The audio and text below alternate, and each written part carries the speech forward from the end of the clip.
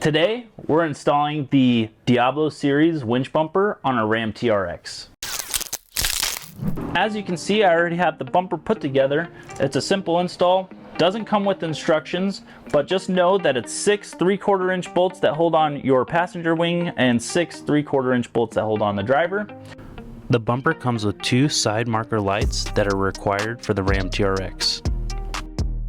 These 6 light pods, all from FCK light bars. I have limited information on them. I don't know the name of them, but they're the newest design. I don't even think they're on the website yet as of filming this video. But I did hook up 2 of them to show you what they do. We have an amber and then you have bright white. This Baja inspired bumper comes at a cost about $2,300, which is about average for a good quality bumper. Overall, the welds are nice, the finish is nice. If I get in an accident, I know for sure that this thing is going to do its job. This is the second time that I've used their bumper. I have the Octane series on my 2012 Ram 1500. If you guys want to see that install video, I have that at the very end. Now that we have the bumper assembled, it's time to take off the OEM bumper on the TRX. First, we need to remove the 6 16mm bolts that hold on the skid plate. As you can see, I've taken quite a bit of damage on the skid plate, and without realizing it, if you look closely at the driver's side flange, it's almost at a 90-degree angle.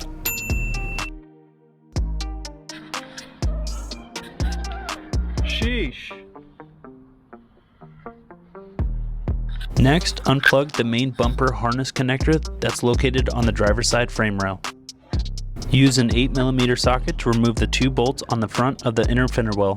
Using a 13mm socket, remove the 3 bolts that hold on the oil cooler bracket to the frame. Do this for both sides. Never going in mud again. An 18mm socket, remove the 3 mounting nuts per side that hold on the OEM bumper.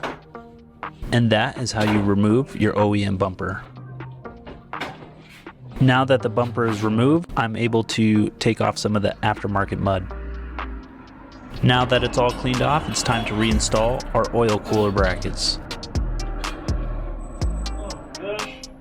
Once your oil cooler brackets are back into place, then it's time to install your bumper. I recommend using 2 people, but if you're like me and a complete powerhouse, then grab that sucker and put it on a floor jack and prepare your winch. All jokes aside, I really do recommend at least 2 people for this install. Tragedy in 3, 2, 1.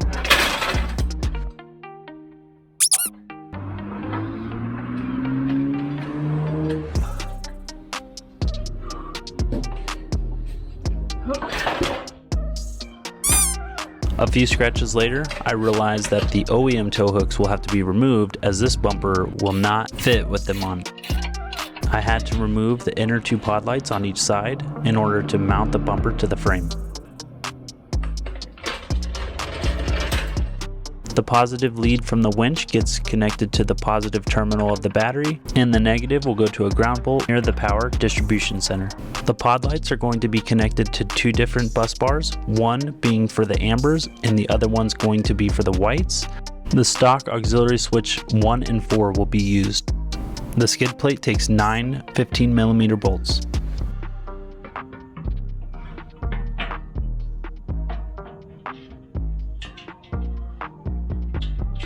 And that is how you install your Diablo series winch bumper from Chassis Unlimited. What do you guys think? Let me know in the comment section down below if you would prefer OEM style or if this is something that you consider putting on your vehicle. If you guys want to see another video where I did a 2012 Ram 1500 of mine, it's an Octane series bumper from the same company. I will post it right there for you. And yeah, click on that. I will see you guys in the next video. Peace.